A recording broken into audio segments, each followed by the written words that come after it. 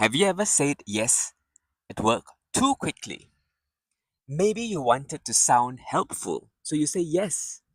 Maybe you wanted to impress the client, or maybe you didn't want to disappoint anyone. Most professionals have been in this situation. Sometimes the yes feels easy and natural in the moment, and then difficult later. So today's story is about one promise, one growing deadline problem, and how clear business English helps you to manage expectations before trust is damaged. So, it was Tuesday afternoon.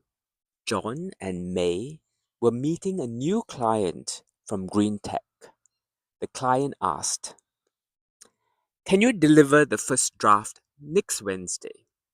Before John could speak, May smiled and answered confidently, "Yes, yes, we can do that." The client said, "Perfect. Looking forward to it." When the meeting ended, John gently asked, "Did you check the schedule?" May paused. "I thought we could finish it." John opened his laptop. "We already have two major deadlines next week. If we try to do everything at once, we might rush the work and drop the quality." This is the problem with workplace promises. A promise is a commitment. It sounds simple, but it carries weight. So later that day, May drafted an email just confirming we will send the first draft on Wednesday. John shook his head. "This is too simple. You need to manage expectations because things can change." Expectation management is when you help the other person understand you, understand what's realistic, what can be done, what can't be done. It's different from meeting expectations. Meeting expectations is about performance. Managing expectation is about communication. So John and May together, they wrote a clearer message. "Thank you again for today's meeting. We'll begin work immediately. If nothing changes, we can send the first draft on Wednesday. If extra parts are added, we may need a short extension." This is the key structure. Sentences need to show limits politely.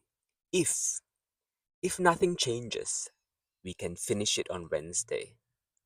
If extra parts are needed, if more things are needed, the time may shift. 10 minutes later, Green Tech replied, "No extra parts at this stage. Wednesday works." So the expectation is set. The next morning, however, another message from Green Tech arrived. We forgot to mention this. Could you also include a short explanation on the recent trends?"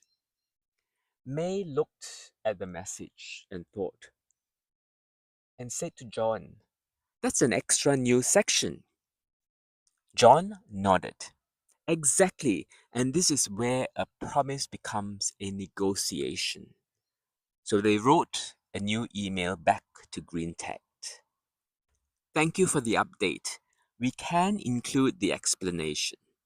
With this new addition, the draft will be ready by Friday." This structure is honest and calm. We can do this because there's something new. The deadline needs to move. So Green Tech replied, "Friday is fine. Thanks for keeping us informed." May sat back in her chair. "I thought they were upset." John smiled. Clients are rarely upset when you communicate early. They get upset when the deadline arrives and nothing is ready. You've seen it in our previous deadline lesson, haven't you? Silence damages trust. Early communication builds trust. So let's pause the story here and look at the language. A draft, is the first version of a document. A final copy is the finished version. So, draft, first version. You can have a second draft, a third draft, and then you have the final draft, which becomes the final copy. A promise is something that you say you will do. A change can shift your ability to keep that promise. Now, useful patterns for managing expectations clearly. So, pattern one, you can say, if nothing changes, we can deliver by Wednesday. Or pattern two, with the new information, the delivery time becomes Friday. Something's added, so you need to extend the time, the deadline. Or pattern three, to keep quality high, we'll need a short extension. So something for something.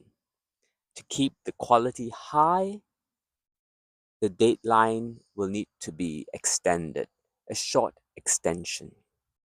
These patterns, these sentence patterns, protect relationships. They show respect for your time and the client's time. Now it's time to practice.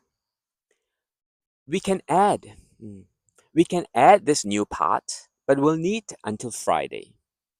Because the work is increased, the time needs to shift. If everything stays the same, we can deliver on Wednesday. But if something changes, we need to add things, we might have to extend it. When you speak like this, you're not breaking a promise. You're managing expectations so that the final output is good, not rushed. Back to the story.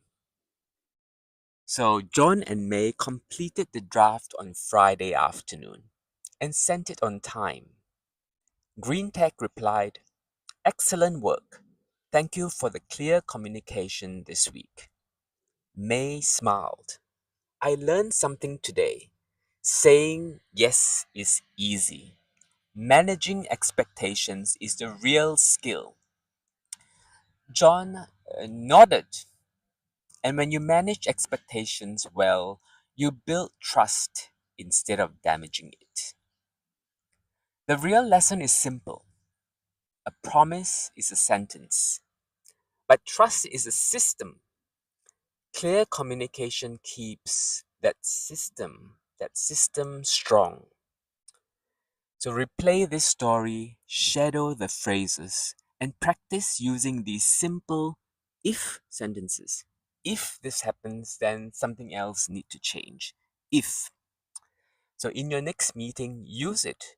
You can use it speaking or writing in your email. That's how business English becomes calm, confident, and reliable. Join me in the next lesson. We'll discuss another issue, another topic. See you then.